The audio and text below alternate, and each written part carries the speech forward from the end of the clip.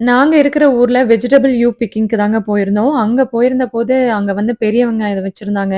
அந்த பெரிய வெங்காயத்த பார்த்து அம்மாவுக்கு பயங்கர ஆச்சரியங்க. இவ்ளோ பெரிய வெங்காயமான்னு. ஸோ நம்ம ஊர்ல சின்ன வெங்காயம் சைஸ் தெரியும். பெரிய வெங்காயம் என்ன சைஸ்ல இருக்கும்னு நமக்கு தெரியும். பட் அமெரிக்காவ பொறுத்தவரைக்கும் பெரிய வெங்காயம் பார்த்தீங்கன்னா, ஒரு வெங்காயமே 1/2 கிலோலேருந்து 1 கிலோ வரைக்கும் வெயிட் வருங்க. ஸோ அந்த மாரி பெருசு பெருசா இருந்துச்சு ஒவ்வொரு வெங்காயமுமே. இந்த தோட்டத்துல காய்கறிகள் பறிக்க வர்றவங்க அதிகமா காய் பறிச்சுட்டாங்க அப்டின்னா, அவங்களுக்கு அது தேவைப்படல அப்டிங்கும்போது, இந்த மாரி ஒரு ஸ்டாண்ட்ல கொண்டாந்து வச்சுட்டு போயிருவாங்க.